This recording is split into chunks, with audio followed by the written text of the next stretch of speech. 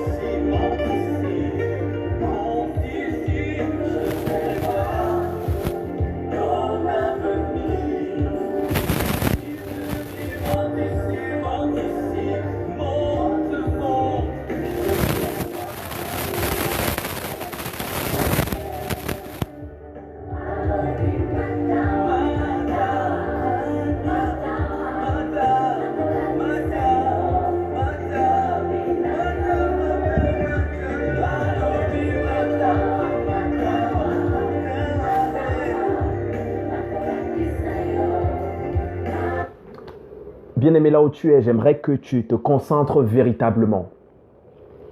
J'aimerais que tu éloignes de toi tout ce qui est distraction. J'aimerais que tu éloignes de toi tout ce qui est perturbation. J'aimerais que tu éloignes de toi tout ce qui pourrait éventuellement te nuire pendant que tu passes ce temps dans la présence glorieuse du roi de gloire. J'aimerais que tu concentres tes pensées, que tu te concentres dans ton âme, dans ton esprit, dans ton corps.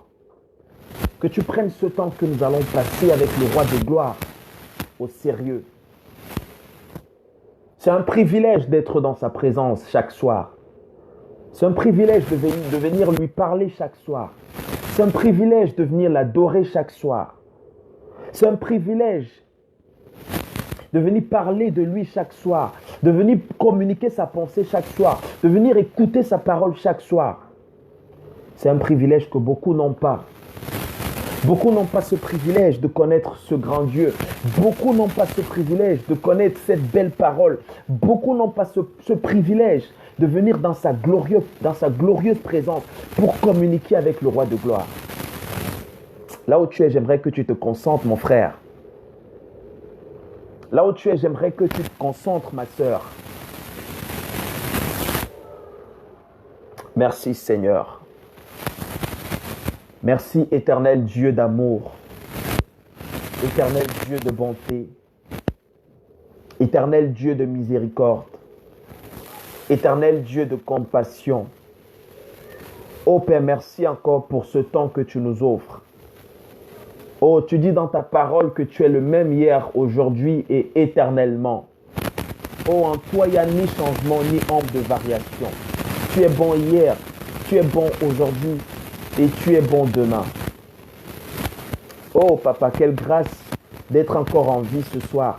Quelle grâce de pouvoir encore parler ce soir. Quelle grâce de pouvoir encore respirer ce soir. Quelle grâce de pouvoir encore voir ce soir. Alors que beaucoup, durant cette journée, sont tombés. Beaucoup, durant cette journée, ont été victimes des accidents. Beaucoup, durant cette journée, ont été victimes des attaques sataniques. Beaucoup, durant cette journée, ont été victimes des maladies. Beaucoup sont couchés sur des lits d'hôpitaux. Beaucoup sont dans des morgues. Beaucoup sont dans le coma entre la vie et la mort. Mais nous avons ce privilège d'être encore en très bonne santé. Nous avons ce privilège d'être encore en vie. Oh Père, comment ne pas te dire merci? Comment ne pas te remercier pour ce privilège de la vie que tu nous donnes? Comment ne pas te remercier pour la vie? Comment ne pas te remercier pour le mouvement? Comment ne pas te remercier pour la santé, Papa? Oh, c'est en toi que nous avons toutes ces choses. Oh, malgré nos imperfections, malgré nos défauts, malgré notre infidélité, malgré tout ce que nous faisons, Seigneur, ton amour pour nous demeure le même. Oh Seigneur, nous voulons simplement te dire merci. Merci pour tout ce que tu fais pour nous, Seigneur. Merci pour les choses visibles. Merci pour les choses invisibles. Merci pour ta protection surnaturelle. Merci pour ta présence glorieuse dans nos vies. Merci pour le Saint-Esprit avec nous. Merci pour le Saint-Esprit en nous. Père, prends total contrôle de ce moment. Prends total contrôle de ce moment. Prends total contrôle du temps. Prends total contrôle de cette connexion. Prends total contrôle du temps que nous allons passer dans ta glorieuse présence. Père, parle-nous encore ce soir. Visite-nous encore de façon surnaturelle ce soir. Instruis-nous encore ce soir. Apprends-nous encore ce soir à te connaître. Apprends-nous encore ce soir à t'aimer. Enseigne-nous encore ce soir à marcher selon tes voies. Merci Saint-Esprit pour ta présence dans nos vies. Merci Saint-Esprit pour ce que tu feras encore dans nos vies ce soir. Viens changer nos vies, Saint-Esprit. Viens bouleverser nos vies, Saint-Esprit. Viens nous montrer les choses qui ne vont pas dans nos vies. Viens nous montrer les choses qui ne te plaisent pas dans nos vies. Viens changer nos paradigmes mentaux, Saint-Esprit. Viens nous aider à marcher comme toi tu veux. Viens nous aider à parler comme toi tu veux. Viens nous aider à manifester l'amour. L'amour du prochain comme toi tu veux. Merci Saint-Esprit. Oh, que ce temps se passe comme toi tu as prévu. Oh, prends le contrôle de mon être tout entier. Viens me posséder, Saint-Esprit. Que ce soit toi qui parles. Que ma chair se taise au nom suprême de Jésus-Christ de Nazareth.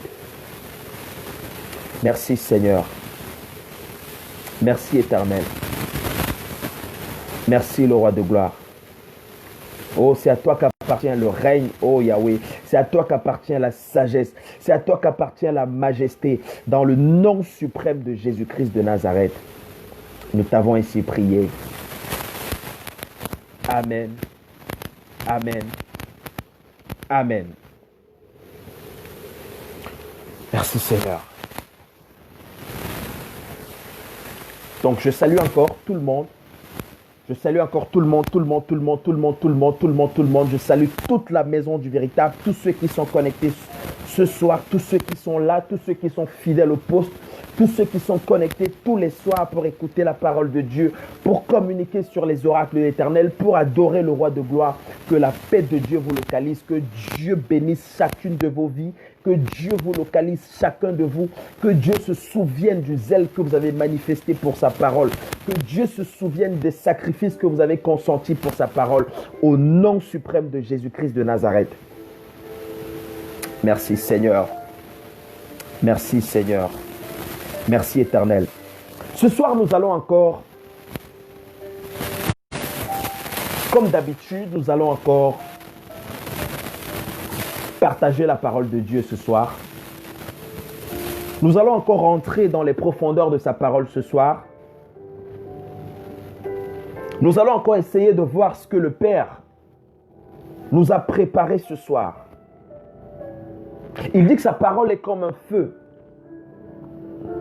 Il dit que sa parole est comme la pluie, comme la neige, qui, lorsqu'elle descend sur la terre, elle ne remonte pas à lui sans avoir accompli ce pourquoi elle a été envoyée. Lorsque la pluie descend sur terre, lorsque la neige descend sur terre, lorsque la pluie descend, elle vient pour arroser la terre. Elle vient pour arroser les plantes.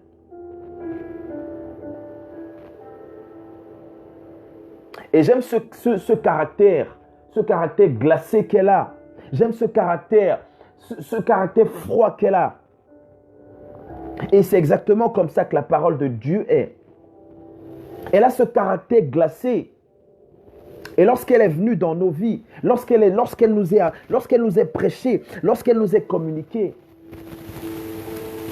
elle a cette capacité surnaturelle de glacer nos vies. Elle a cette capacité surnaturelle de bouleverser nos paradigmes mentaux. Elle a cette capacité surnaturelle de changer notre façon de voir celui qui nous a créés. Et ce soir, nous allons parler de la vie avec Dieu. La vie avec celui qui nous a créés. La vie avec celui qui nous a conçus. La vie avec celui qui nous a pensés. La vie avec celui qui nous a tant aimés. Et jusqu'à aujourd'hui, nous n'avons toujours pas compris pourquoi Dieu nous aime tant. Jusqu'aujourd'hui, nous n'avons toujours pas compris pourquoi Dieu a tant d'amour pour l'homme. Malgré nos fautes, malgré nos imperfections, malgré notre infidélité, malgré le fait que nous ne plaisions pas toujours à Dieu, malgré le fait que nous ne soyons pas tout le temps en train de faire des choses qui plaisent à Dieu, malgré cela, ce Dieu est rempli d'amour et de compassion pour nous. Dieu est rempli d'amour et de compassion pour ses créatures.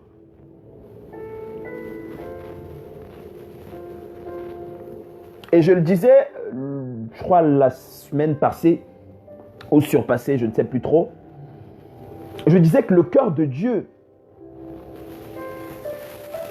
n'a jamais changé vis-à-vis de l'homme. Les intentions de Dieu n'ont jamais changé vis-à-vis de l'homme. Mais en retour, c'est parfois le cœur de Dieu, le cœur de l'homme vis-à-vis de Dieu qui est parfois changeant. Le cœur de l'homme vis-à-vis de Dieu est parfois très souvent changeant. Et quand on parle de Dieu, quand on parle de celui qui nous a conçus, quand on parle de celui qui nous a pensés, quand on parle de celui qui nous a créés, n'oublions surtout pas qu'il nous a créés pour un but. La Bible dit dans le livre de Proverbes chapitre 16, « L'Éternel a tout fait pour un but ». Alors, lui qui est Dieu,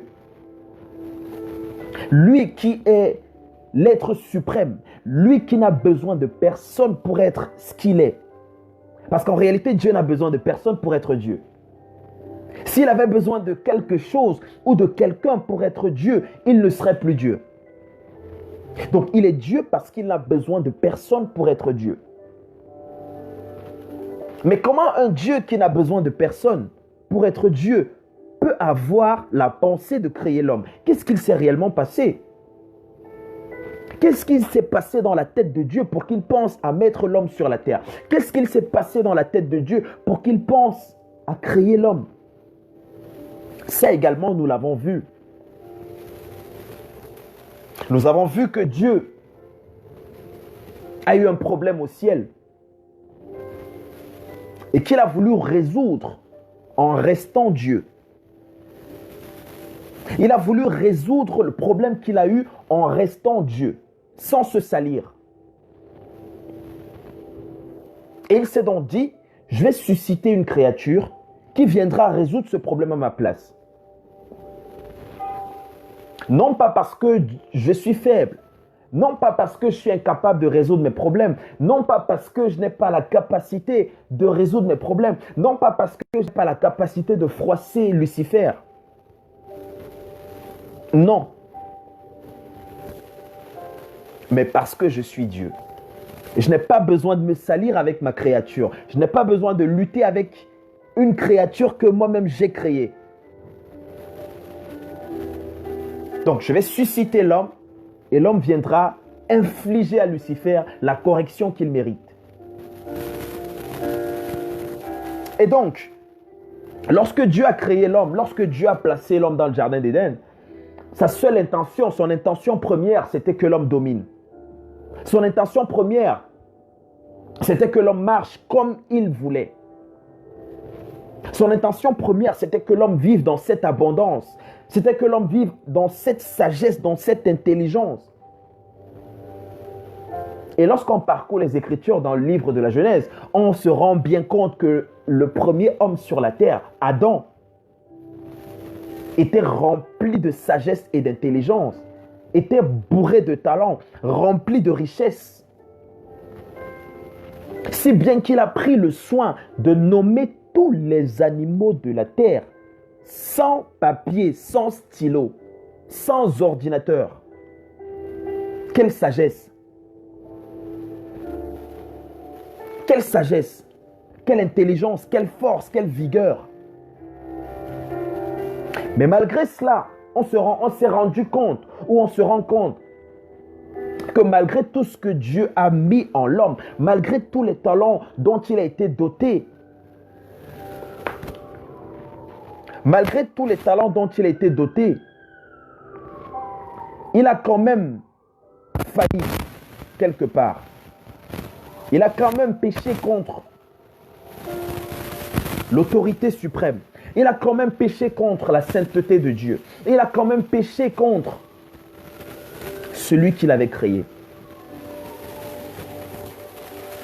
Et malgré cela, Dieu ne s'est pas arrêté là. Malgré cela, Dieu a mis en place un plan. Il a élaboré une stratégie par laquelle il pensait racheter les hommes. Il a mis en place un plan par lequel il pensait racheter tous les humains. C'est ce que nous avons appelé la grâce. C'est ce que nous avons appelé la grâce. Et cette grâce est venue sur terre par Jésus-Christ.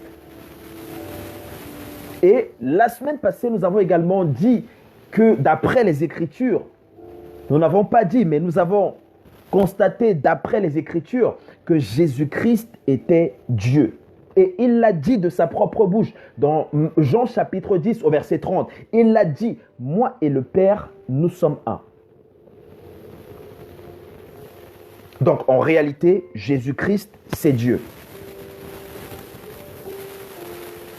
Et donc, il est important de s'interroger, il est important de se poser des questions, il est important de réfléchir un peu sur la vie que les hommes pourraient avoir, sur la vie que chaque homme sur terre pourrait avoir avec ce Dieu, la relation que chaque humain pourrait avoir avec ce Dieu créateur. Merci Seigneur. Merci Seigneur. Et lorsqu'on parcourt les Écritures, et non pas seulement les Écritures, lorsqu'on visite un peu la vie de chaque homme sur terre ou de tous les hommes sur la terre, lorsqu'on se pose un petit peu des questions sur leur relation avec Dieu, on se rend compte en réalité que les hommes n'ont pas de problème avec Dieu. Lorsqu'on parle de Dieu, en réalité, les hommes n'ont pas de problème. Mais lorsqu'on parle de Jésus-Christ, là, il y a un problème. Tu vas dans n'importe quelle religion, tu parles de Dieu, on va te dire, ok, il n'y a pas de problème. Tu vas chez les musulmans, tu parles de Dieu, ils vont rien te dire. Tu vas chez les bouddhistes, tu parles de Dieu, ils ne vont rien te dire. Tu vas chez les catholiques, tu parles de Dieu, ils ne vont rien te dire. Tout le monde sera d'accord avec toi. Mais lorsque tu évoques la personne de Jésus-Christ, là, il y a un problème. Tout de suite, on va te lapider. Lorsque tu essayes de dire que Jésus est Dieu, tout de suite, on va te lapider. Il est important qu'on se rapproche des Écritures pour comprendre qui est Dieu, pour comprendre qui est Jésus-Christ. Et pendant que j'étais en train de préparer ce message, la façon dont je l'avais préparé, Dieu m'a dit non. Tu vas le communiquer d'une autre façon. Et cela m'a amené à énumérer 8 courants de pensée que nous rencontrons généralement. 8 façons de voir les choses de manière différente, 8 façons différentes de voir les choses de la part des hommes. Et très rapidement, je m'excuse parce que je n'ai pas pris le soin de mentionner le texte de base sur le chat. Je n'ai pas pris le soin de mentionner le texte de base. Normalement, c'est Jean chapitre 14 au verset 6. Donc, j'ai oublié de le mentionner. Je vous prie de m'en excuser, s'il vous plaît. Donc, comme je disais, cela nous amène à voir 8 courants de pensée que nous rencontrons généralement.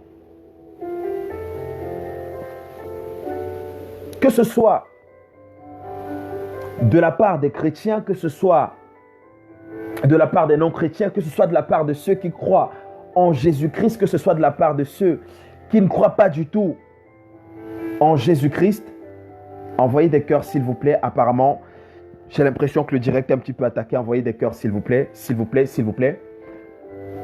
Est-ce que tout le monde me comprend? Est-ce que tout le monde m'entend? Est-ce que tout le monde me suit? Est-ce que tout le monde me reçoit parfaitement? Est-ce que tout le monde me reçoit parfaitement? Est-ce que tout le monde me reçoit parfaitement? Est-ce que tout le monde me reçoit parfaitement?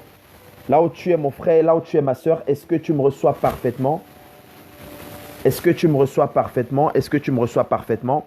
Donc nous allons plonger très rapidement dans les Écritures. Très rapidement, très rapidement. On ne va pas perdre du temps parce qu'on n'en a pas assez déjà. Donc, on ne perdra pas du temps parce qu'on n'en a pas assez. Donc, voilà. Donc, comme je disais, nous rencontrons généralement des courants de pensée, des hommes qui ont une façon de voir le Christ, des hommes qui ont une façon de voir Dieu, qui ont une façon de voir leur relation avec Dieu. Et nous allons voir ce que les Écritures disent, ce que la Bible dit concrètement. Premièrement, nous avons ceux qui disent ou qui prétendent ou qui attestent qu'ils appartiennent. Donc là, est-ce que tout le monde me reçoit? Est-ce que tout le monde me reçoit? Est-ce que tout le monde me reçoit? Est-ce que tout le monde me reçoit? Est-ce que tout le monde me reçoit? Est-ce que tout le monde me reçoit?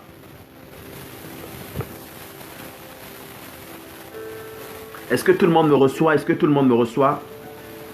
Est-ce que tout le monde me reçoit? Est-ce que tout le monde me reçoit?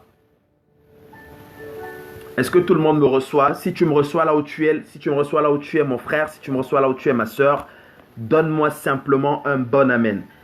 Donne-moi simplement un bon amen là où tu es. Donne-moi simplement un bon amen là où tu es si tu me reçois. Si tu me reçois, donne-moi simplement un bon amen là où tu es. Donc, comme je disais tout à l'heure,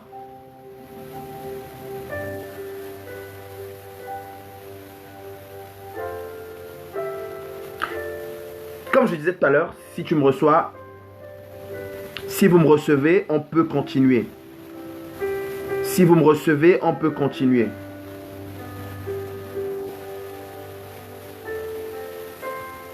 Alors là, est-ce que ça va mieux? Est-ce que le son est clair pour tout le monde? Est-ce que le son est clair pour tout le monde? Est-ce que le son est clair pour tout le monde? Est-ce que le son est clair pour tout le monde?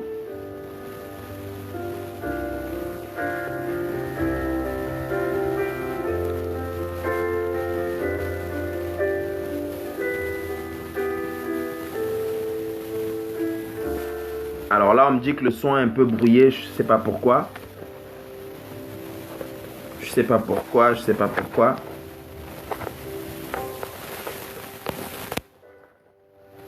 Est-ce que là ça va? Est-ce que là ça va mieux?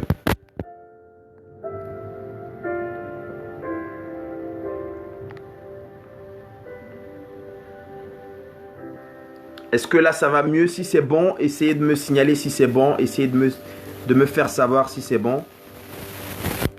Si c'est bon chez tout le monde, essayez de me le faire savoir s'il vous plaît. Si c'est bon chez tout le monde, ok. Ok.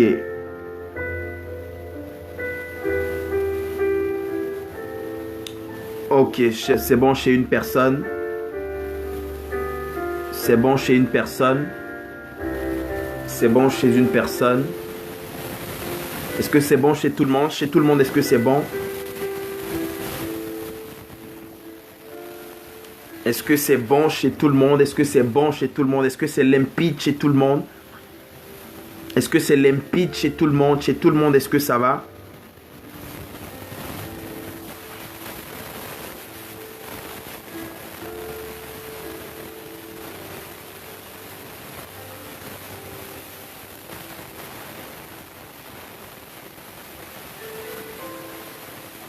Est-ce que c'est bon chez tout le monde? Est-ce que c'est bon chez tout le monde? Est-ce que ça va chez tout le monde? Essayez de me le faire savoir, s'il vous plaît. Si c'est bon chez toi, même lâche-moi un commentaire, s'il te plaît. Si c'est bon chez toi, tu me lâches un commentaire. Ok. Donc, il y a 2-3 personnes qui disent c'est bon. Ok, ok, ok. Donc, on va continuer. Voilà. Donc, comme je disais, nous avons des différents courants de pensée. Nous avons plusieurs manières ou plusieurs façons différentes de voir les choses, généralement. Et donc, premièrement, il y a ceux qui se disent ou ceux qui prétendent qu'ils appartiennent à une religion. Il y a ceux qui disent non, moi je suis musulman. Il y a ceux qui disent non, moi les affaires des chrétiens là je ne veux pas. Il y a ceux qui disent non, moi je suis catholique. Et nous allons voir ce que les Écritures disent. Donc nous allons rentrer pleinement dans notre texte de base, Jean chapitre 14, au verset 6. On l'a lu certainement la semaine, je crois la semaine passée ou la semaine surpassée, je ne sais plus trop. On va encore le relire ce soir. Donc je vais le lire dans la version... Waouh!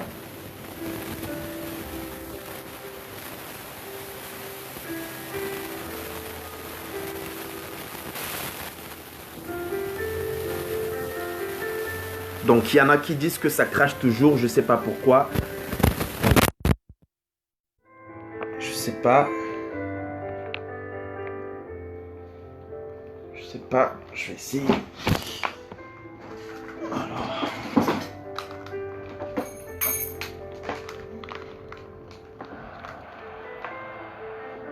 Donc je sais pas si ça va chez tout le monde.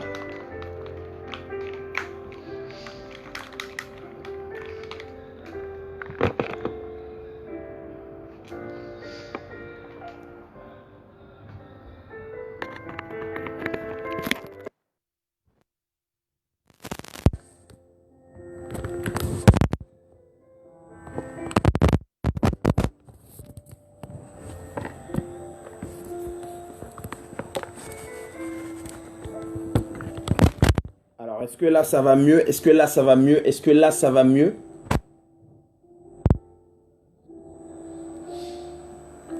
Est-ce que là ça va mieux? Est-ce que là ça va mieux chez tout le monde?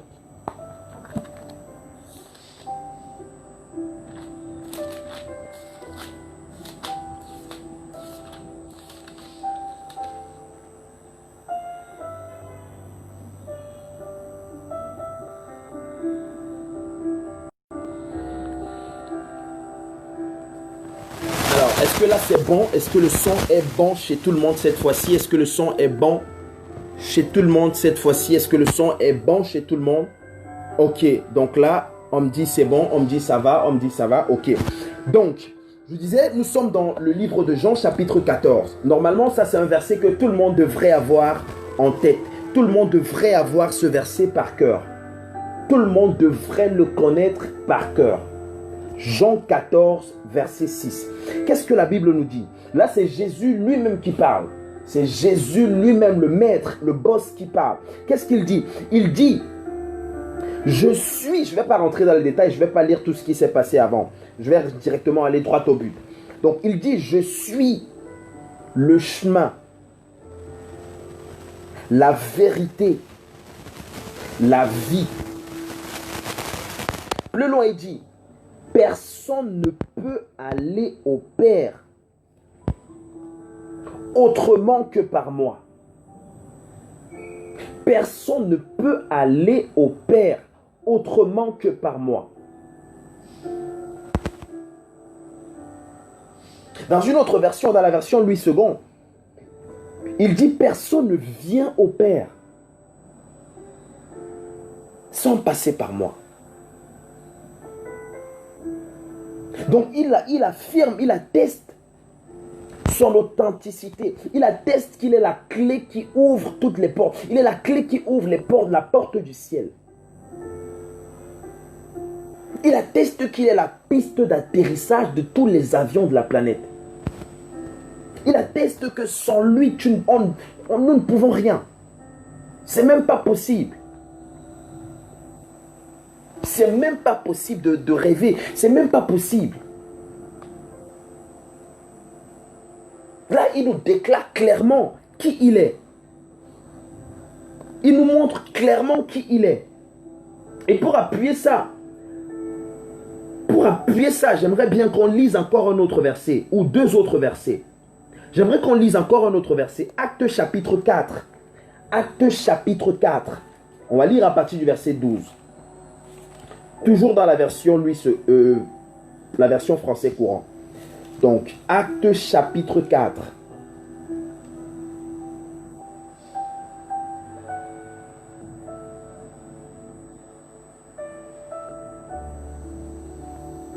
Donc, Actes chapitre 4. Je vais lire dans la version Louis II pour que nous ayons tous la même version. Pour pas que les uns et les autres soient embrouillés. Donc, Actes chapitre 4. Je vais lire à partir du verset 12. Ou je vais commencer par le verset 11. La Bible dit, il est écrit, Jésus est la pierre rejetée par vous qui bâtissez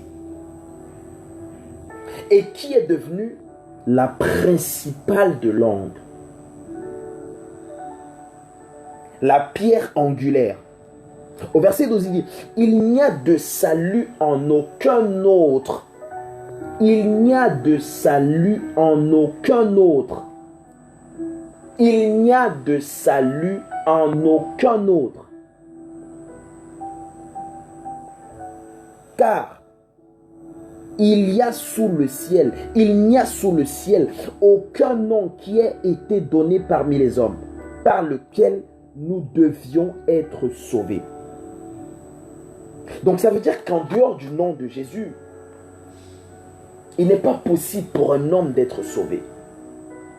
En dehors du nom de Jésus le Christ, il n'est pas possible pour un humain, pour un homme, pour une créature d'être sauvé. Waouh! Ça fait peur. Ça fait peur. En tout cas, moi, quand je lis ça, franchement, ça me fait peur. Ça me fait peur. Nous allons lire un dernier verset encore. Un dernier verset encore. 1 Timothée chapitre 2. 1 Timothée chapitre 2. 1 Timothée chapitre 2. Donc, je vais lire ça rapidement. 1 Timothée chapitre 2. Je vais lire ça rapidement. 1 Timothée chapitre 2, je vais lire à partir du verset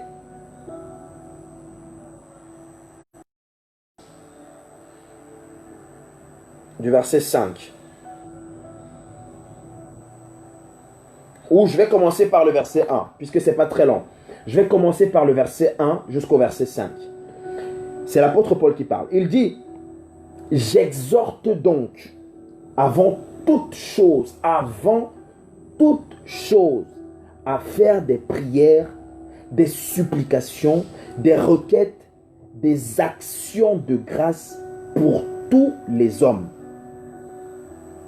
Plus loin, il dit, pour les rois et pour tous ceux qui sont élevés en dignité, afin que nous menions une vie paisible et tranquille, en toute piété et honnêteté.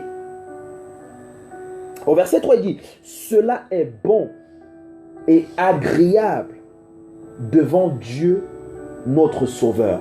Devant Dieu notre Sauveur. Devant Dieu notre Sauveur. Allons-y plus loin. Allons-y plus loin. Là, il nous révèle que Dieu est notre Sauveur. Allons-y au verset 5, au verset 4. Qui veut, donc Dieu qui veut que tous les hommes soient sauvés. Dieu qui veut que tous les hommes soient sauvés et parviennent à la connaissance de la vérité. Parviennent à la connaissance de la vérité. Avant ce verset, avant ce texte que nous sommes en train de lire, nous avons lu un verset précédemment. Nous avons lu Jean chapitre 14 au verset 6 où il est écrit « Jésus est le chemin, la vérité et la vie. » Le chemin, la vérité et la vie. Donc Jésus est la vérité. Ensuite, il nous est dit dans le livre de 1 Timothée chapitre 2 verset 4 qui veut que tous les hommes soient sauvés et parviennent à la connaissance de la vérité. Donc, ça veut dire quoi? Pour ceux qui ont fait un peu de mathématiques, ça s'appelle de la substitution. Donc, Jésus qui se révèle, qui dit qu'il est la vérité dans Jean chapitre 14 au verset 6. Et qui est écrit encore, Dieu qui veut que tous les hommes parviennent à la connaissance de la vérité. Ça veut dire que tu peux remplacer la vérité par Jésus. Donc, si c'est chez toi, si c'est ta Bible, si cette Bible t'appartient, tu peux enlever la vérité et tu mets Jésus. Puisque Jésus, il dit qu'il est la vérité. Donc, qu'est-ce que ça nous donne? Dieu notre Sauveur, qui veut que tous les hommes soient sauvés et parviennent à la connaissance de Jésus. Ah, Seigneur. Lisons le verset 5. Il dit, car il y a un seul Dieu. Ouh là là, mon Dieu. Merci de ce que tu es le seul vrai Dieu, Yahweh. Merci de ce que tu es le seul vrai Dieu, El-Olam. Merci de ce que tu es le seul vrai Dieu, El Shaddai. Merci de ce que tu es le seul vrai Dieu, El Gibor. Oh, c'est un privilège de t'appartenir, Yahweh. C'est un privilège de te connaître. C'est un privilège de te servir. Merci Seigneur. Il dit, il y a un seul Dieu et aussi un seul médiateur entre Dieu et les hommes. C'est triste de voir aujourd'hui que beaucoup de personnes, beaucoup de pseudo-hommes de Dieu, beaucoup de pasteurs, beaucoup de prophètes, beaucoup de prophétesses, beaucoup de personnes aujourd'hui essayent de jouer les médiateurs entre Dieu et les hommes.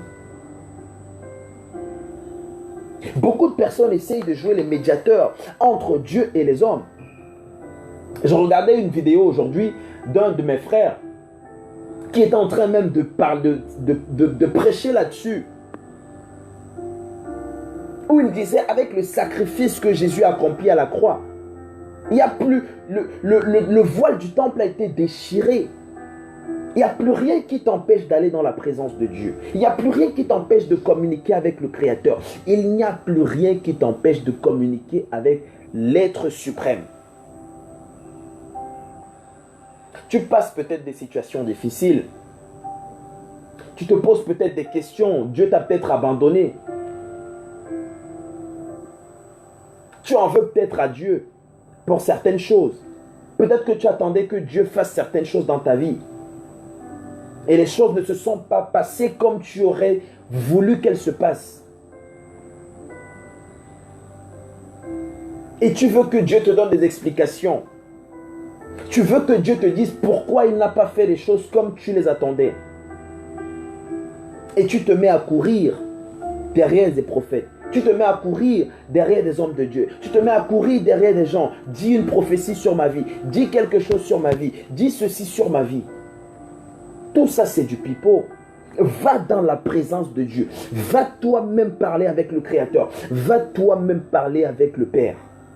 Va l'interroger lui-même. Dieu parle. Dieu parle encore aujourd'hui. Dieu parle tantôt d'une façon, tantôt d'une autre. Et moi, quand Dieu ne me parle pas, je suis tellement... Je ne sais pas comment je vais l'expliquer. Je suis tellement triste, tellement inquiet. Je me pose tellement de questions. Je me dis, mais waouh, ça fait une semaine, Dieu ne me parle pas. Ça fait 2 semaines, Dieu ne me parle pas. Qu'est-ce qui se passe? Je n'entends pas la voix audible de Dieu. Qu'est-ce qui se passe? Dieu est peut-être absent de ma vie. Dieu m'a peut-être tourné le dos. À ce moment, je dois le chercher dans le lieu secret. Je dois rentrer dans sa présence. Je dois le chercher. Je dois lui parler. Je dois toucher le pan de son vêtement.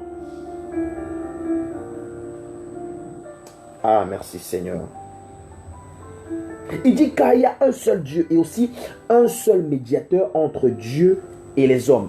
Jésus-Christ, homme, qui s'est donné lui-même en rançon pour tous. Ouh là là, mon Dieu, mon Dieu, mon Dieu. Ah Seigneur. Ah Seigneur. Oh Seigneur. Mon frère, ma soeur, ce verset est tellement puissant. Ce verset est tellement révélateur. Ce verset est tellement énonciateur. Il dit, Jésus-Christ, homme, qui s'est donné lui-même. Ça veut dire que Jésus n'est pas mort par un accident. Il n'est pas mort parce qu'un sorcier au village a programmé sa mort. Non. Il s'est donné lui-même en rançon pour tous.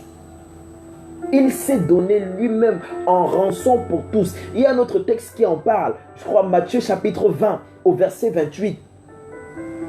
Lui-même il dit, le Fils de l'homme est apparu. Le Fils de l'homme est venu pour donner sa vie comme la rançon de plusieurs. Lorsqu'on parle de rançon, ça veut dire qu'il y a eu otage quelque part. Lorsqu'on parle de rançon, ça veut dire qu'il y a quelqu'un qui est pris en otage quelque part. Dans Matthieu, il dit comme la rançon de plusieurs. Et ici, le texte nous dit la rançon pour tous. Ça veut dire qu'en réalité, nous tous, nous étions prisonniers. Nous tous, nous étions maintenus en captivité. Nous tous, nous étions esclaves. Il y avait un prix qu'il fallait payer. Il y a un prix que quelqu'un devait payer pour nous libérer.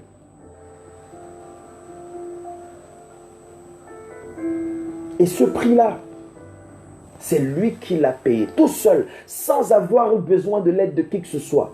Il a accompli tout lui seul, il allait à la croix tout seul. Il a fait le sacrifice tout seul, il a accompli le parfait tout seul. Une bonne fois pour toutes, Hébreux 10, 10. Waouh, glorieux Jésus-Christ. Tu es merveilleux, Jésus. Tu es merveilleux, Jésus. Tu es merveilleux, Jésus. Et pour terminer le verset 6, c'est là le témoignage rendu en son propre temps. C'est là le témoignage rendu en son propre temps. Ah Seigneur. Ça veut dire que pendant qu'il était en vie, pendant qu'il accomplissait ce sacrifice, pendant qu'il accomplissait l'œuvre de la croix, il y a des gens qui étaient là pour témoigner. Et on voit même le cas de Joseph d'Arimathée qui va jusqu'à prendre son corps, qui va jusqu'à réclamer le corps de Jésus-Christ, qui va jusqu'à dire « Donnez-moi ce corps, donnez-moi son corps ». Ah, merci Seigneur. Merci Seigneur. Merci Seigneur. Et donc là, lorsqu'on, à la lumière de ces trois textes, lorsqu'on parcourt les trois textes que nous venons de lire, on n'a pas besoin d'avoir bac plus 10, on n'a pas besoin d'avoir bac plus 15, on n'a pas besoin d'avoir bac plus 20 pour comprendre que Jésus en réalité n'est pas venu sur la terre pour nous prendre en otage. Il n'est pas venu sur la terre pour faire une religion. Il n'est pas venu sur la terre pour nous amener à l'église. Non. Il n'est pas venu sur la terre pour que nous soyons les esclaves des hommes. Il n'est pas venu sur la terre pour que nous courions derrière les prophéties.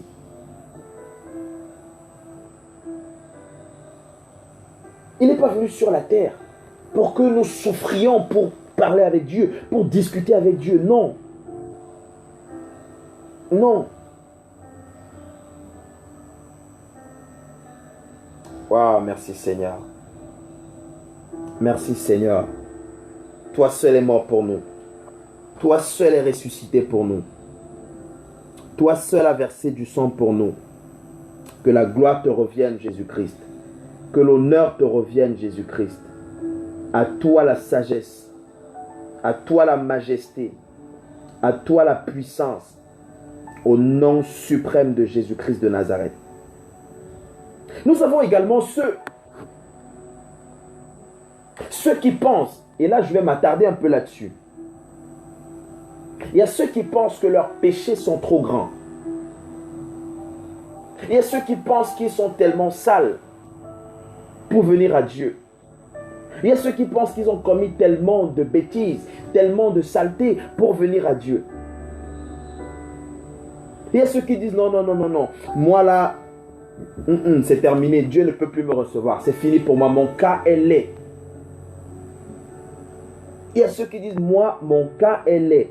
Dieu peut pardonner tout le monde, mais moi, c'est terminé.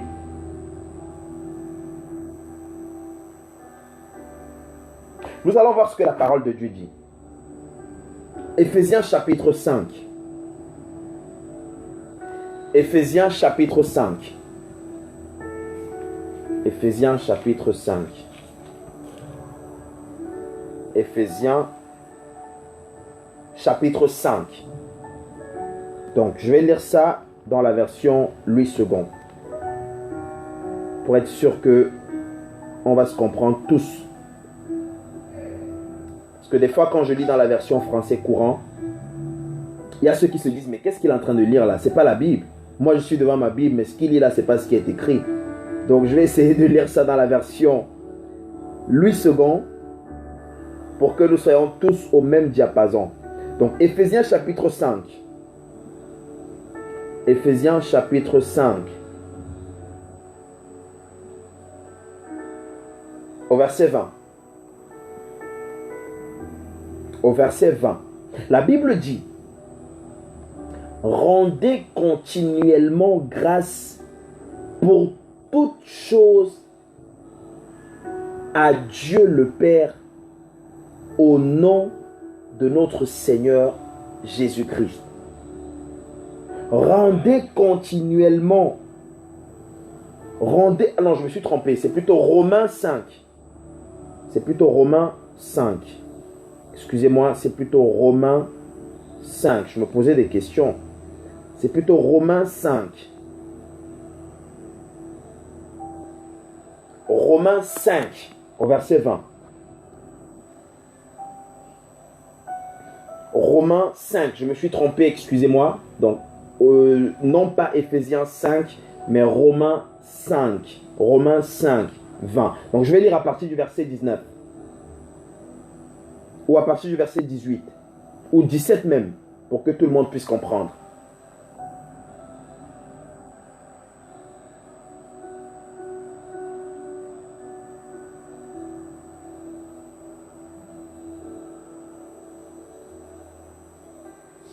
Je vais lire à partir du verset 17 pour que tout le monde puisse comprendre, pour que ce soit clair et limpide pour tout le monde.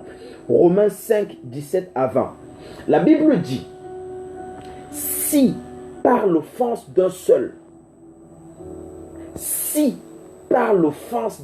la condition d'existence. Excusez-moi, j'aime trop parler des mathématiques parce que j'y ai fait un petit peu. Donc j'aime beaucoup les mathématiques. Donc il dit, si par l'offense d'un seul, la mort a régné par lui seul. Oh Seigneur. Ah Saint-Esprit, parle-nous s'il te plaît. S'il te plaît Saint-Esprit. S'il te plaît Saint-Esprit, parle-nous. S'il te plaît Saint-Esprit, instruis-nous ce soir. S'il te plaît, parle-nous ce soir Saint-Esprit. S'il te plaît, instruis-nous Saint-Esprit. Nous avons tellement besoin de toi. Nous avons tellement besoin de toi. Il dit, écoute-moi très bien mon frère, ma soeur. Écoute-moi très bien. Il dit, si par l'offense d'un seul, la mort a régné par lui seul,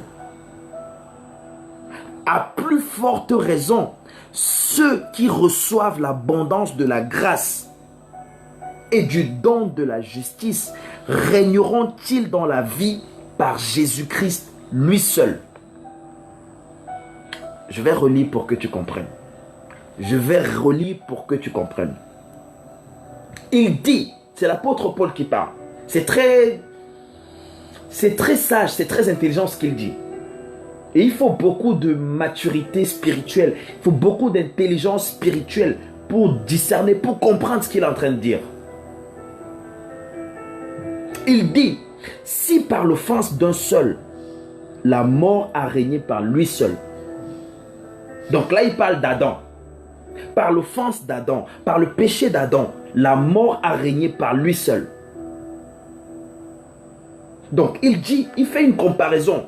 Il dit, si par l'offense d'un seul, la mort a régné par lui seul, à plus forte raison, ceux qui reçoivent l'abondance de la grâce et du don de la justice régneront-ils dans la vie par qui? Par Jésus-Christ, lui seul.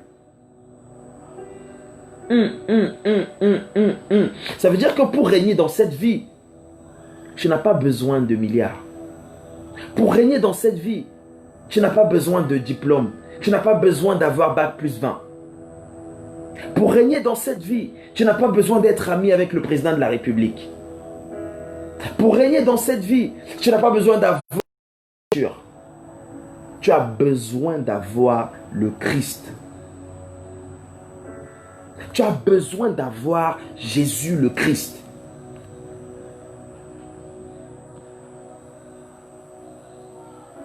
Il dit, régneront-ils dans la vie par Jésus-Christ, lui seul?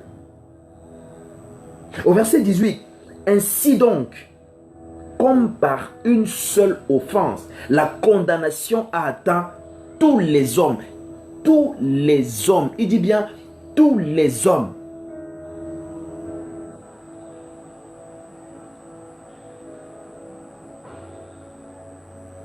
De même, par un seul acte de justice, la justification qui donne la vie s'étend à tous les hommes.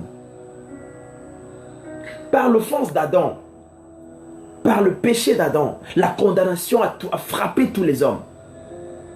Et donc l'apôtre Paul nous révèle ici que par l'acte de justice de Jésus-Christ, par l'acte de justice d'un seul, la justification qui donne la vie s'étend à tous les hommes.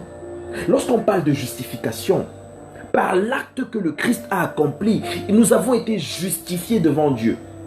Ça veut dire qu'une fois que tu reconnais que le Christ est mort pour toi, une fois que tu reconnais que Jésus est ton Seigneur et ton Sauveur, une fois que tu l'acceptes dans ta vie, une fois que tu le reçois, devant Dieu, tu es justifié, tu es pardonné, tu es comme si tu n'avais jamais commis de péché.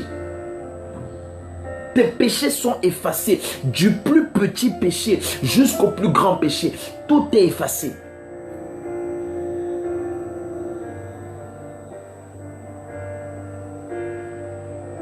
Ah Seigneur. Ah Seigneur, tu es merveilleux. Tu es merveilleux Yahweh. Tu es merveilleux Éternel. Au verset 19, il dit, car, comme par la désobéissance d'un seul homme, beaucoup ont été rendus pécheurs. Comme par la désobéissance d'un seul homme, beaucoup ont été rendus pécheurs. Ça veut veut dire que si nous sommes pécheurs aujourd'hui, ce n'est pas à cause de nous. Si tu es pécheur aujourd'hui, mon frère et ma soeur, ce n'est pas de ta faute. Ce n'est pas de ta faute si tu es pécheur aujourd'hui. Si le péché t'enveloppe, si le péché t'entoure, si le péché t'enrobe aujourd'hui, ce n'est pas de ta faute.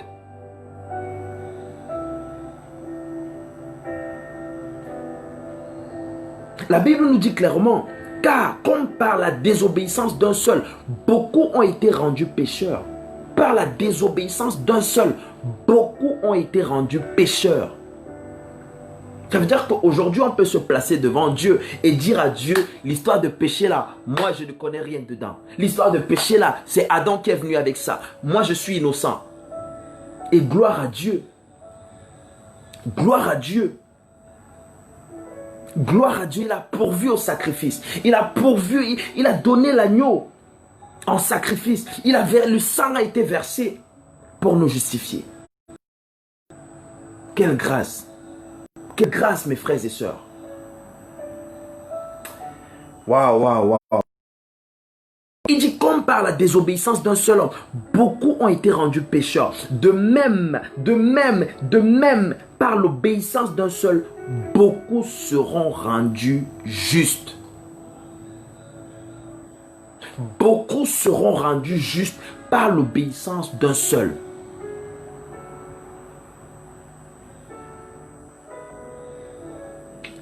C'est tellement clair, il n'y a même pas besoin d'expliquer. C'est tellement clair. Adam a péché. Et à cause du péché d'Adam, nous tous nous avons été plongés dans le péché. À cause de la désobéissance d'Adam, nous tous nous avons été frappés par le péché.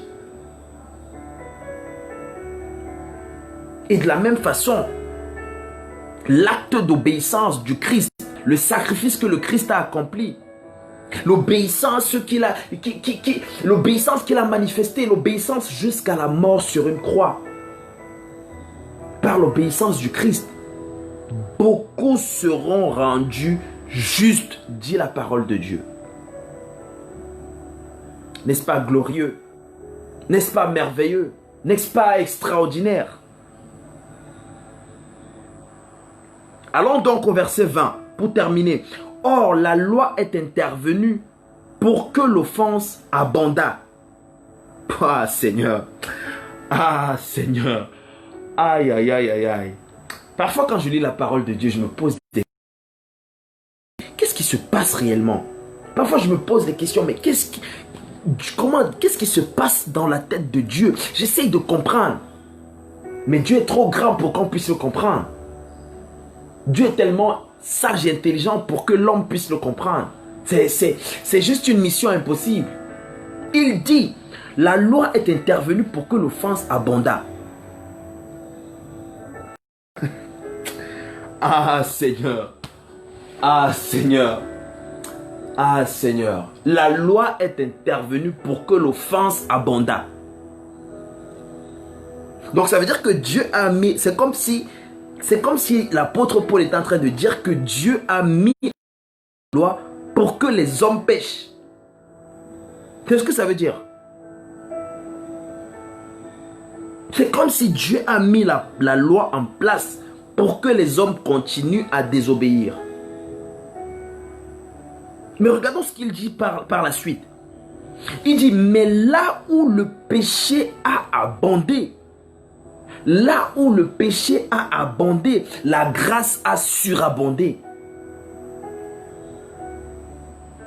Donc en quelque sorte, l'apôtre Paul veut nous dire quoi? Il veut nous dire que Dieu a mis en place... Ah, c'est juste incroyable. C'est juste incroyable. C'est comme s'il nous disait, Dieu a mis en place la loi pour que les hommes puissent pécher. Et lorsque la coupe de péché est remplie, Dieu vient encore les laver, vient encore les sauver dans leur péché. Par la grâce. Donc quand les hommes ont assez péché, quand les hommes ont assez mis Dieu en colère, au lieu que Dieu se mette en colère, il vient encore avec l'amour pour nous pardonner. Il vient encore dans son amour pour nous racheter. Il vient encore dans sa compassion pour manifester son amour envers nous. C'est juste extraordinaire. Donc il est hors de question que tu penses que tes péchés sont trop grands pour que Dieu ne te pardonne. Il est hors de question que tu penses que tu es assez sale pour venir à Dieu. Il est hors de question que tu te dises que voilà, je suis tombé, je ne peux plus me relever. Il dit 7 fois le juste tombera, il se relèvera.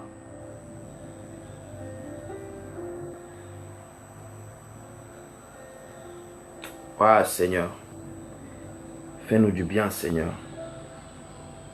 Fais-nous du bien Seigneur. Je veux bien qu'on termine par le verset 21. On ne peut pas terminer ce beau chapitre sans lire le verset 21. Il dit là où le péché a abondé, la grâce a surabondé. Là où le péché a abondé, la grâce a surabondé. Afin que, comme le péché a régné par la mort, ainsi la grâce régna par la justice pour la vie éternelle.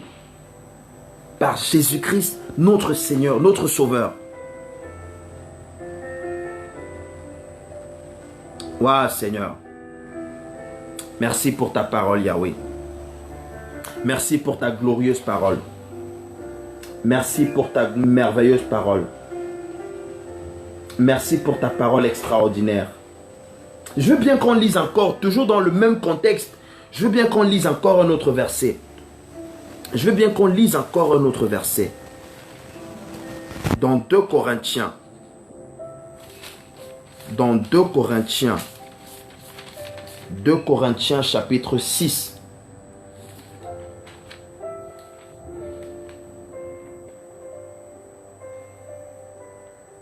« 2 Corinthiens chapitre 6. «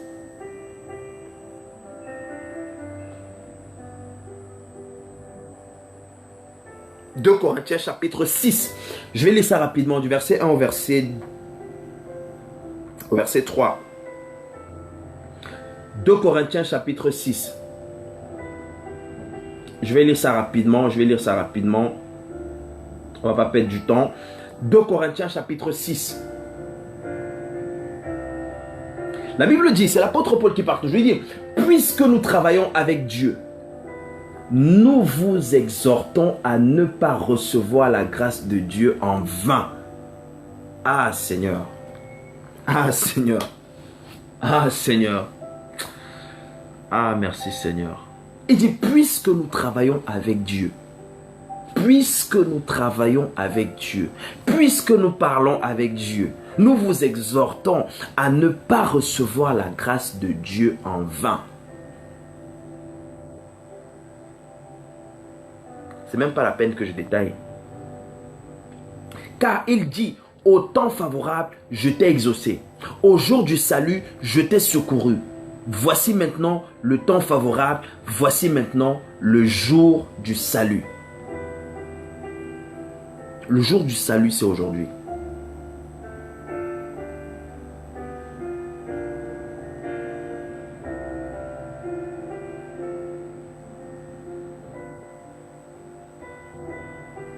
Ah Seigneur. Toujours dans le même contexte, on va lire encore un dernier verset dans cette partie. Un dernier verset dans cette partie. Dans le livre des Proverbes. Dans le livre des Proverbes. Proverbes, c'est, je dirais dans la Bible, c'est l'un de mes livres préférés. Hein. Et je vais inviter chacun de nous à lire au moins un proverbe chaque jour. Au moins. Au moins un proverbe chaque jour. Proverbe 29, je vais juste lire le verset 1. Juste le verset 1. Juste le verset 1. Juste le verset 1. Le verset 1, ouais. Donc, Proverbe 29. Proverbe 29. Proverbe 29. Il est écrit, un homme qui mérite d'être repris.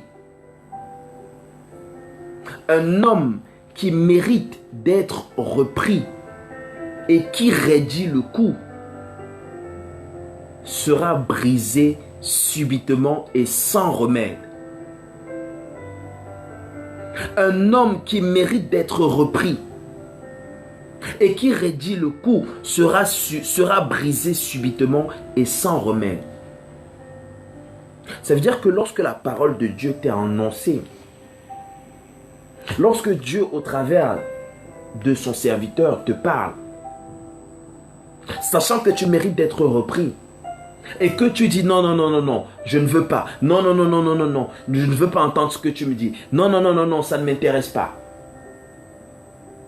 Lorsque tu agis de cette façon, Dieu dit, il sera brisé subitement et sans remède. Le seul remède, c'est sa parole. Lorsque tu la rejettes, il n'y a plus de remède pour toi, c'est fini. Lorsque tu rejettes sa parole, il n'y a plus de remède pour toi.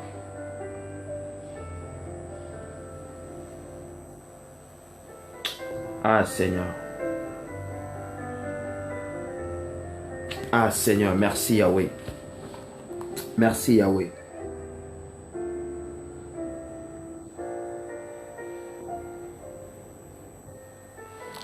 Merci Yahweh.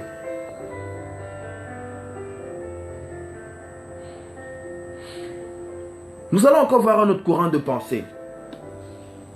Nous allons encore voir un autre courant de pensée. Nous allons encore voir un autre courant de pensée. Il y a ceux qui pensent ou qui se disent que les affaires de Dieu, là, machin truc, c'est pour les saints. C'est pour les justes. C'est pour les gens parfaits.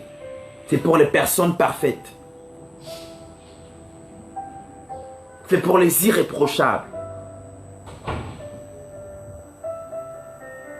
Et ils se disent non.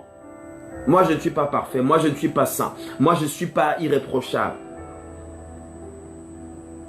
Donc ça ne me concerne pas. Et devant Dieu, personne n'est parfait. Devant Dieu, personne n'est irréprochable. Personne n'est juste devant Dieu. Personne ne peut se placer devant Dieu et dire « Moi, je mérite le salut. Moi, je mérite d'entrer au ciel. » Personne. Personne. La Bible dit « Nous sommes sauvés par la grâce, au moyen de la foi. » Personne, personne, personne, personne. Et nous allons plonger tout doucement dans les Écritures. Nous allons plonger tout doucement dans les Écritures. Nous allons plonger tout doucement dans les Écritures. Je vais lire dans le livre d'Ésaïe.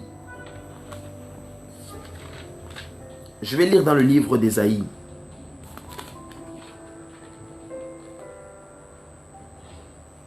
Ésaïe 64. Ésaïe 64. Ésaïe 64. Donc je vais lire à partir du verset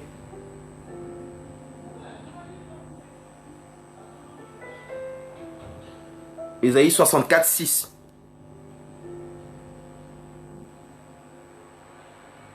Ésaïe 64 au verset 6. Ésaïe 64, est-ce que quelqu'un peut juste m'aider à taper ça sur le chat s'il vous plaît? Ésaïe 64 au verset 6. Ésaïe 64 au verset 6. Ésaïe 64 au verset 6.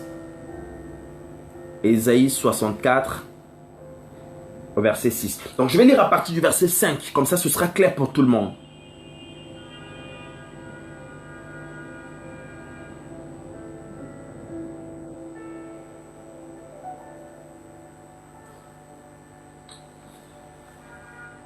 Je vais lire à partir du verset 5, ou du moins du verset 4. Du verset 4, comme ça ce sera clair pour tout le monde. Ésaïe 64, 4 à 6. On va y aller tout doucement, tout doucement. Donc pour ceux qui n'ont pas encore retrouvé, retrouvez tout doucement. Ésaïe 64, retrouvez ça tout doucement. Moi je suis là, je vous y attends. Je vous y attends. Donc retrouvez ça tout doucement. Ésaïe 64 au verset... On va y aller tout doucement pour que ce soit clair pour que tout le monde comprenne. Pour que tout le monde comprenne. Ésaïe 64. Ésaïe 64. Ésaïe 64. Donc je vais lire ça. Du verset 4 au verset 6. Il est écrit: tu vas au-devant de celui qui pratique avec joie la justice, de ceux qui marchent dans tes voies et se souviennent de toi. Mais tu as été irrité parce que nous avons péché et nous en souffrons longtemps jusqu'à ce que nous soyons sauvés. Au verset 5, nous sommes tous comme des impurs. C'est ce que la parole de Dieu déclare. Nous sommes tous comme des impurs. Et toute notre justice est comme un vêtement souillé. Toute notre justice est comme un vêtement souillé. Nous sommes tous flétris comme une feuille. Et nos crimes nous emportent comme le vent. Au verset 6, il n'y a personne qui invoque ton nom, qui se réveille pour s'attacher à toi. Aussi, nous as-tu caché ta face et nous laisses-tu périr par l'effet de nos crimes. Je vais terminer au verset 7. Cependant, ô Éternel, tu es notre Père. Nous sommes l'argile et c'est toi qui nous as formés. Nous sommes tous l'ouvrage de tes mains. Donc ce verset nous montre clairement que tout ce que nous faisons, tous les actes que nous pouvons accomplir sur la terre, tout ce que nous pouvons ou nous croyons faire de bien, en réalité devant Dieu, ne sont que des vêtements souillés. Quel que soit le bien que tu peux accomplir sur la terre, quelles que soient les œuvres bonnes que tu pourrais accomplir sur la terre. Je crois qu'il y a un autre verset même qui en parle. Je ne sais plus trop lequel. Où il dit, quelles que soient les bonnes œuvres que tu peux accomplir, même si tu vas jusqu'à offrir ton corps, jusqu'à ce qu'on brûle même ton corps, si tu n'as pas l'amour, tu n'es rien. Tout ce que nous faisons sur la terre, toutes les œuvres que nous croyons être bonnes, en réalité devant Dieu, ne sont que des vêtements souillés, ne sont que des pourritures devant lui.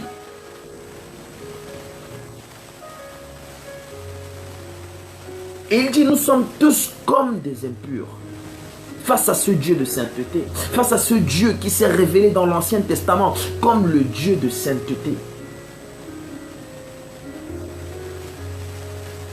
Pour ceux qui sont amoureux des Écritures, pour ceux qui aiment lire la Bible, pour ceux qui aiment parcourir les Écritures, dans l'Ancien Testament, le mot saint apparaît au moins environ 830 fois. Juste dans l'Ancien Testament. Ça veut dire que Dieu s'est révélé comme le Dieu de sainteté. Alors nous qui sommes des pécheurs, comment pouvons-nous marcher avec ce Dieu de sainteté? Nous qui sommes nés dans le péché, nous qui baignons dans ces choses. Comment marcher avec ce Dieu si ce n'est dans son amour? Si ce n'est par son amour. Et je l'ai souvent dit, personne ne peut marcher avec Dieu de par ses propres forces. Personne ne peut aimer Dieu de par ses propres forces. Nous avons tous besoin que Dieu nous accorde cette capacité surnaturelle de l'aimer, cette capacité surnaturelle de marcher avec lui.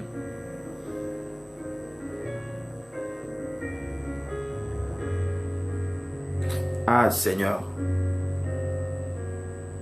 Ah Seigneur. On va lire un autre verset encore. On va lire un autre verset rapidement, puisqu'il ne nous reste plus assez de temps. On va lire un autre verset dans le livre de Tite, chapitre 3. Tite, chapitre 3. On va le lire rapidement. dans le livre de Tite chapitre 3. Pour ceux qui ne connaissent pas Tite, c'est juste après Timothée. Tite chapitre 3. Tite chapitre 3. Donc je vais lire à partir du verset...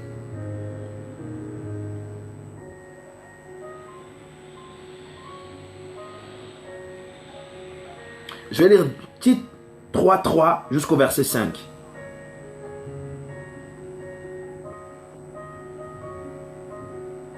Jusqu'au verset 5. Donc Tite 3.3. La Bible dit: car nous aussi, nous étions autrefois insensés. Nous aussi, nous étions autrefois insensés. Et ce n'est pas tout. Même aujourd'hui, parfois nous commettons des actes. Parfois nous posons des actes. Parfois nous avons des pensées. Des personnes insensées. Parfois nous avons des réflexions. Des personnes insensées. Parfois nous avons le regard des personnes insensées. Parfois là où tu dois regarder ton frère, ta soeur avec compassion, là où tu dois manifester de l'amour, comme Dieu le veut, tu ne le fais pas. Tu agis en insensé. Là où tu dois aimer, parce que Dieu nous demande d'aimer. Il nous dit: tu aimeras ton prochain comme toi-même. Il nous dit: tu aimeras ton prochain comme toi-même. Et j'aime souvent définir aimer comme étant l'acte que tu poses. Ou encore, aimer en fait, c'est faire exactement ce que Dieu aurait fait s'il était à ta place. C'est ça, aimer. Aimer, c'est faire exactement ce que Dieu aurait fait s'il était à ta place. Lorsque tu croises quelqu'un en détresse, lorsque tu croises quelqu'un dans le malheur, comment tu te comportes? Si Dieu était à ta place, comment est-ce qu'il allait se comporter vis-à-vis de cette personne? Alors si tu ne le fais pas, ça veut dire que tu n'as pas aimé, tu n'as pas manifesté de l'amour. Lorsque tu vois ton frère qui n'a pas de quoi manger, lorsque tu vois ta soeur qui est dans le besoin, qui n'a pas de quoi se vêtir, quelle est l'attitude que tu as? Est-ce que tu te mets à rigoler? Est-ce que tu te mets à te moquer de lui? Est-ce que tu te mets à te moquer d'elle au lieu de lui venir en aide?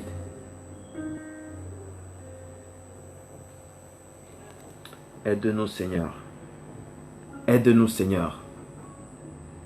Nous étions autrefois insensés, désobéissants, égarés, asservis à toute espèce de convoitise et de volupté. Voilà ce que nous étions. Voilà exactement ce que nous étions. Et moi, je n'ai pas honte de le dire.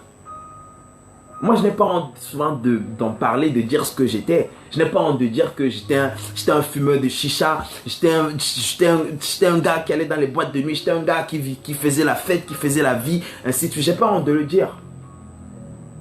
Voilà ce que nous étions autrefois. Nous étions insensés. Lorsque tu as honte des choses que tu faisais avant, ça veut dire que tu n'as pas encore vraiment changé. Lorsque tu as honte de ton passé, lorsque tu as honte de la vie que tu menais avant, ça veut dire que quelque part, tu n'as pas encore véritablement changé. Tu n'as pas encore véritablement changé. Moi, je n'ai pas honte de dire aux gens que je fumais des cigarettes, que je fumais des joints, que je fumais des chichas. Je n'en ai pas honte. Gloire à Dieu, il m'a délivré de toutes ces choses. Gloire à Dieu. De façon extraordinaire. Quelque chose que l'homme ne peut expliquer. Parfois, des gens me posent des questions. Mais comment tu as fait pour arrêter la cigarette? Moi aussi, je veux arrêter. Je dis, mais c'est Jésus. Je peux pas t'expliquer. Je t'explique ça de la manière la plus simple. De la manière la plus simple.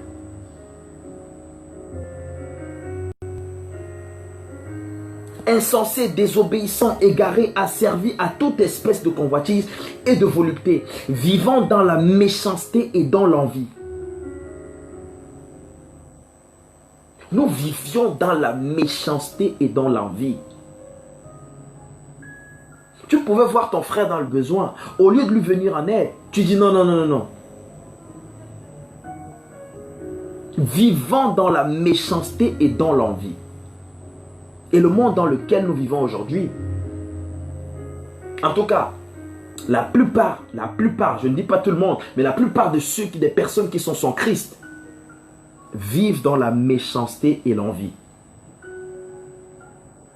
La plupart des personnes qui sont sans Christ vivent dans la méchanceté et l'envie.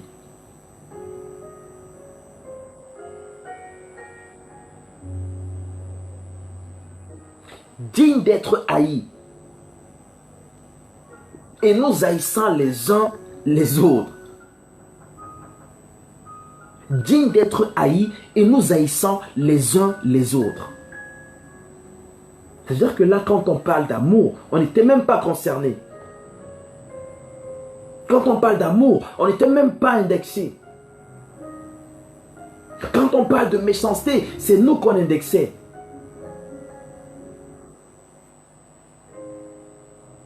Ah Seigneur, gloire à Dieu. Regardons ce que le verset 4 nous dit. Mais lorsque la bonté de Dieu notre Sauveur, j'aime souvent dire que lorsque tu n'as pas encore la pleine révélation de la bonté de Dieu, parce que beaucoup de gens disent oui, Dieu est bon, Dieu est bon, Dieu est bon, Dieu est bon, mais beaucoup n'ont pas encore eu la révélation de la bonté de Dieu, la bonté de Dieu.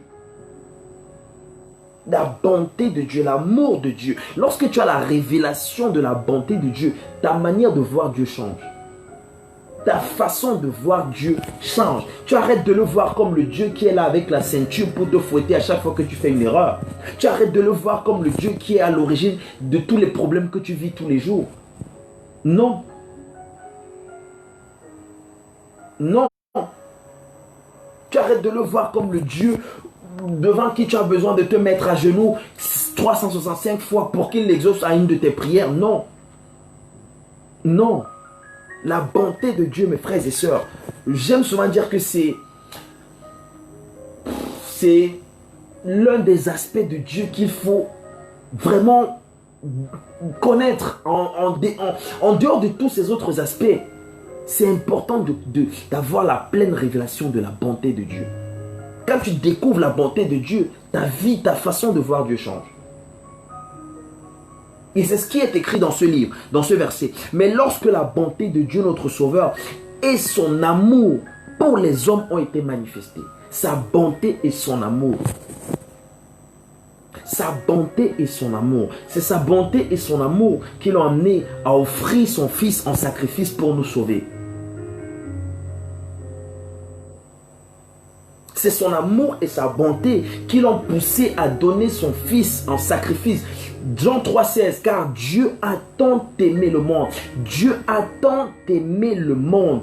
Dieu a tant aimé le monde qu'il a donné son Fils. Afin que quiconque croit en lui ne périsse point. Croit en lui ne périsse point. Croit en lui ne périsse point.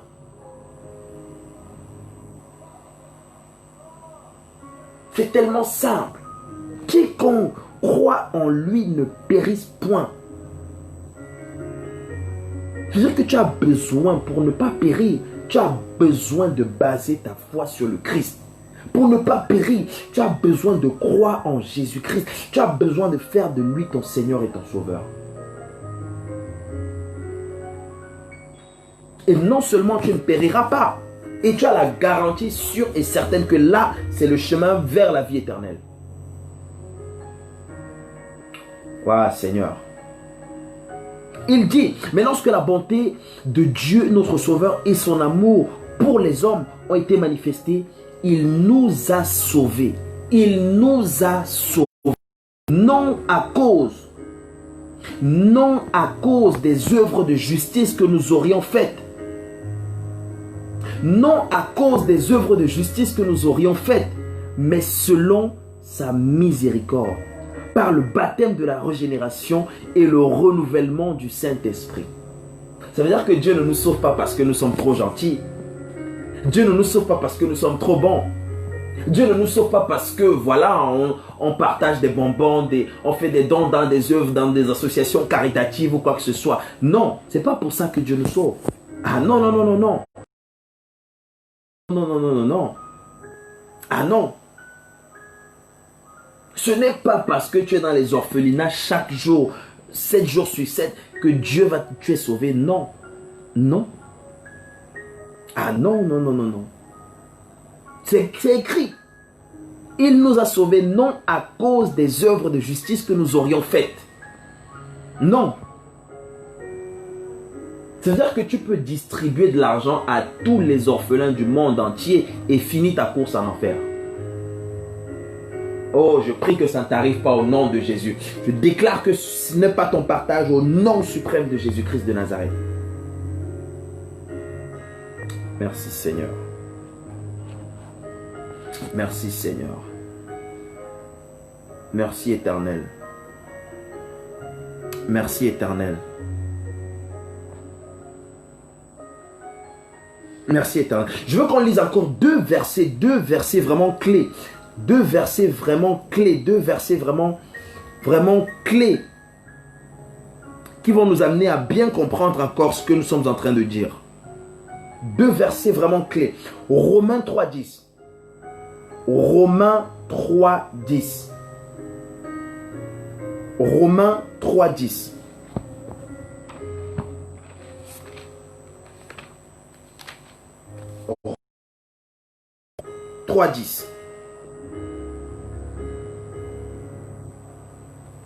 Romains 3.10.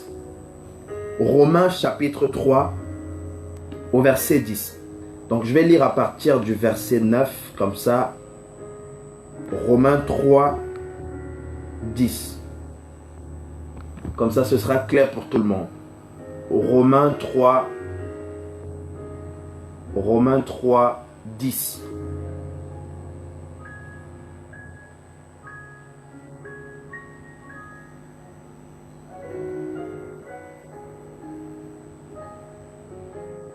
Romains 3, 10. Je vais lire à partir du verset 9.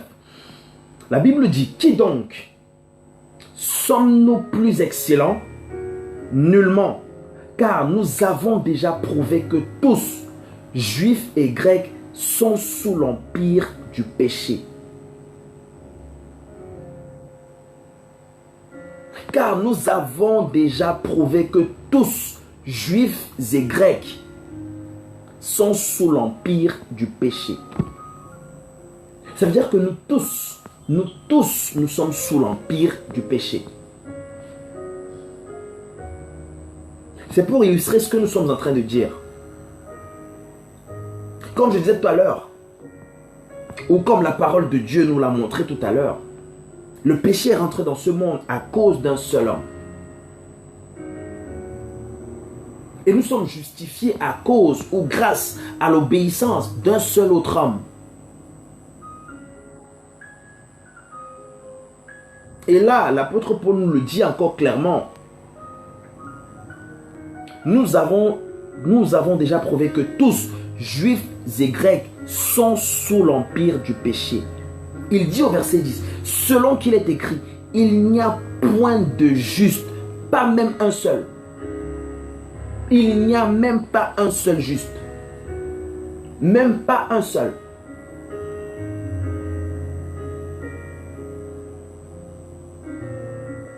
Je veux qu'on prenne encore un dernier verset. Je veux qu'on prenne un dernier verset. Ésaïe 53. Pour ceux qui sont des amoureux de la parole de Dieu, ils doivent certainement connaître ce verset. Ésaïe 53. Pour ceux qui sont des amoureux des Écritures, ils connaissent certainement ce verset. Ils connaissent certainement ce verset, Ésaïe 53. Ésaïe 53, Ésaïe 53.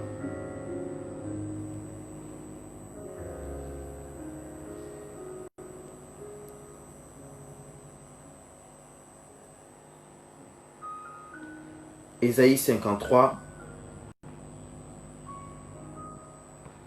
Ésaïe 53. Ésaïe 53, Ésaïe 53, Ésaïe 53, Ésaïe 53. Donc je vais lire à partir du verset 5 à 6.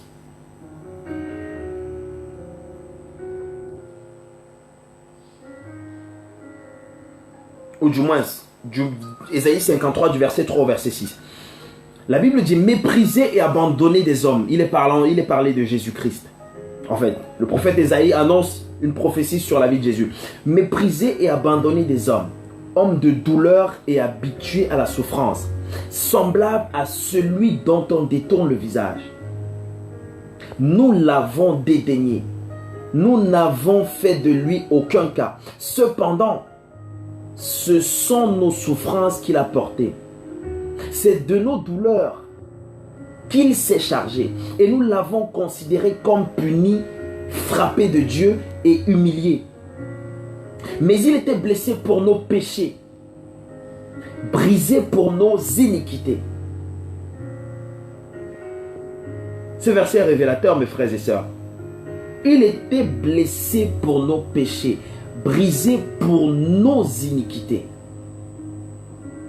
Et j'aime souvent dire que c'est important parfois de laisser parfois les hommes avoir leur propre histoire avec Jésus. Parce que c'est lui qui est mort pour toi. C'est lui qui est mort pour tes péchés. C'est lui qui est mort pour tes iniquités. Il n'y a pas un homme qui est mort pour tes iniquités. Il n'y a pas un homme qui est mort pour tes péchés. C'est lui qui a versé de son sang pour toi. Donc il est important parfois de laisser les hommes avoir leur histoire avec Jésus-Christ. C'est très important.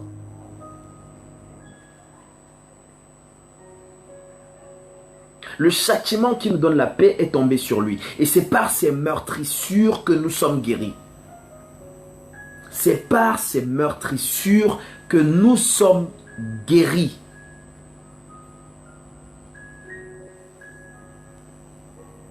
C'est par ces meurtrissures que nous sommes guéris.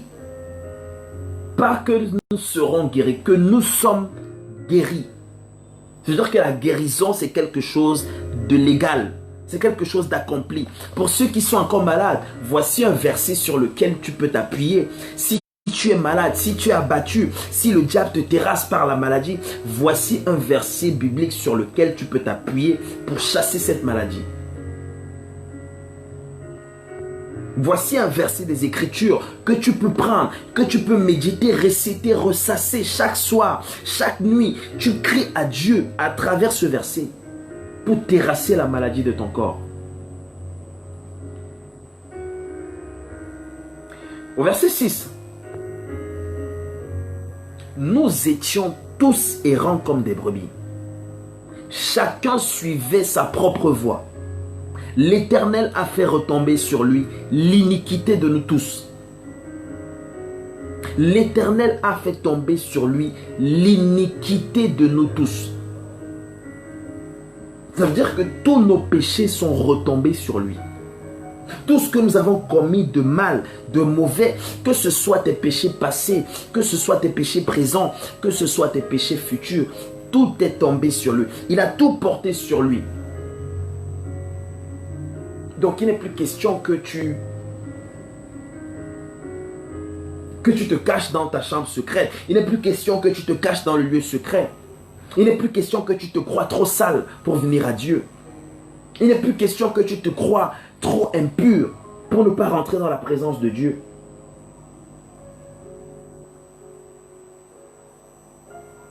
Ah, merci Seigneur. Merci Seigneur, merci Seigneur, merci Seigneur. Merci Éternel pour ta parole. Merci Éternel pour ta parole. Merci Éternel pour ta parole. Waouh, waouh, waouh, waouh, waouh, waouh, waouh. Il y a une dernière partie vraiment très très intéressante. Mais nous sommes pris par le temps. Partie très très intéressante. Je pense que je vais peut-être la réserver pour la prochaine fois. Nous sommes pris par le temps. Donc là où tu es, mon frère, j'aimerais bien que tu gardes cette parole dans ton cœur. Que tu gardes cette parole, que tu la serres dans ton cœur. Je serre ta parole. Je serre ta parole afin de ne pas pécher contre toi. Il faut que tu serres la parole dans ton cœur, mon frère et ma soeur.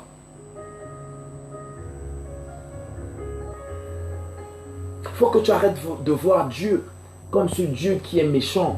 Comme ce Dieu qui est là pour te frapper à la moindre faute que tu as commise. Comme ce Dieu qui est là pour te réprimander. Comme ce Dieu qui est là avec la verge en train de vouloir te chicoter à chaque fois que tu fais une bêtise. Non, non, non. Non.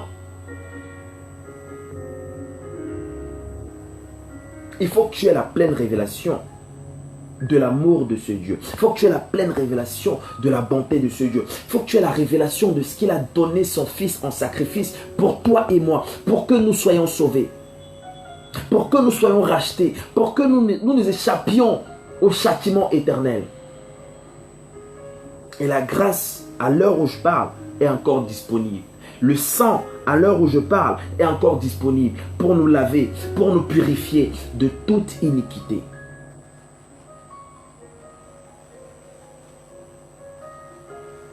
Il dit, celui qui cache ses transgressions ne prospère point, mais celui qui les avoue et les délaisse obtient miséricorde. Il dit encore, si nous confessons nos fautes, si nous confessons nos iniquités, si nous confessons nos péchés, il est fidèle et juste pour nous les pardonner. Pour nous les pardonner, quelle que soit la faute que tu as commise, pour nous les pardonner et nous purifier de toute iniquité.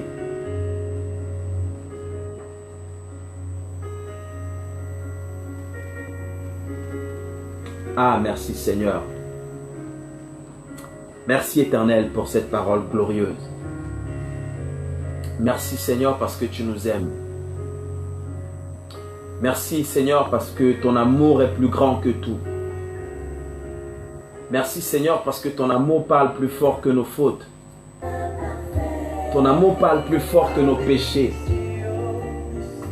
Ah Seigneur, tu es trop bon. Tu es trop grand. Tu es extraordinaire, tu es glorieux. Oh, nous t'aimons Yahweh. Merci Seigneur. Merci pour cette magnifique parole. Merci pour ta présence glorieuse. Merci pour ce que tu as fait au travers de nos vies. Merci pour ce que tu as fait dans nos vies encore ce soir. Oh Père, que la gloire te revienne. Que la gloire te revienne Seigneur. Merci Seigneur. Oh Père, j'abandonne ton peuple entre tes mains. J'abandonne tes servantes et tes serviteurs entre ta main, Yahweh. Oh, je prie que ton bras puissant demeure sur chacune de leurs vies. Que ton bras étendu localise chacune de leurs vies. Quel que soit le besoin existentiel dans leur vie, oh Seigneur. Oh, je prie que tu pourvoies à tous leurs besoins au nom suprême de Jésus-Christ de Nazareth. Merci Seigneur. Merci Yahweh. Merci El Olam. Merci El Elyon.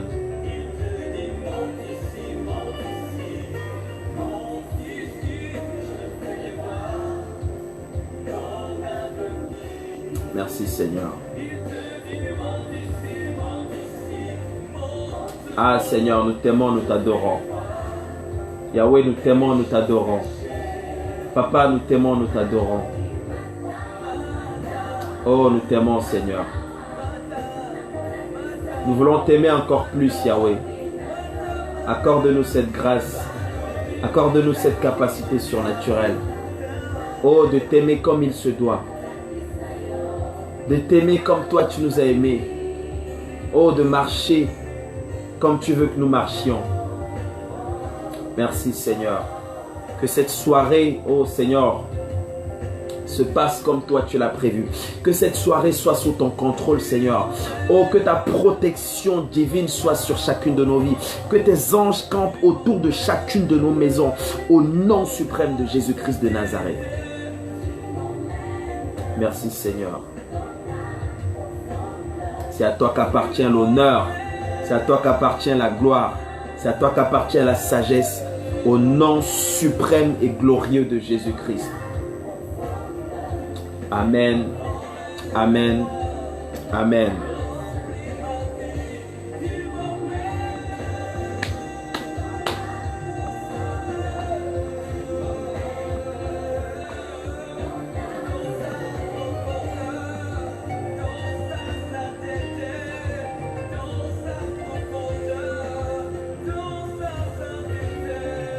Merci Seigneur.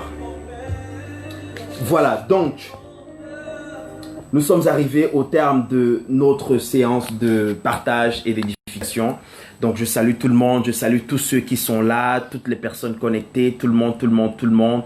Papa Jonas Nock, Papa Chris Novek, tout le monde, tout le monde, tout le monde. Maman Janelle O'Haro, tout le monde, que la grâce de Dieu vous localise, que la grâce de Dieu soit sur chacune de vos vies, au nom suprême de Jésus-Christ. Je salue tout le monde, Papa Evraldi Nganga, tout le monde, tout le monde, tout le monde, tout le monde, tout le monde, toutes les mamans, Maman Emrance Moudileno, tout le monde, tout le monde, tout le monde, tout le monde, tous ceux qui sont là, tous ceux qui sont connectés, Maman Eulalie Kunku, tout le monde, Maman Mado Makaya, Maman Destimonge, tout le monde, tout le monde, tout le monde, que la grâce de Dieu vous localise, que la grâce de Dieu vous soit multipliée, que le Saint-Esprit localise chaque recoin de vos maisons, chaque recoin de vos vies, chaque portion de vos vies qui nécessite une visitation divine, que la grâce de Dieu vous localise, Maman Nina Beauté.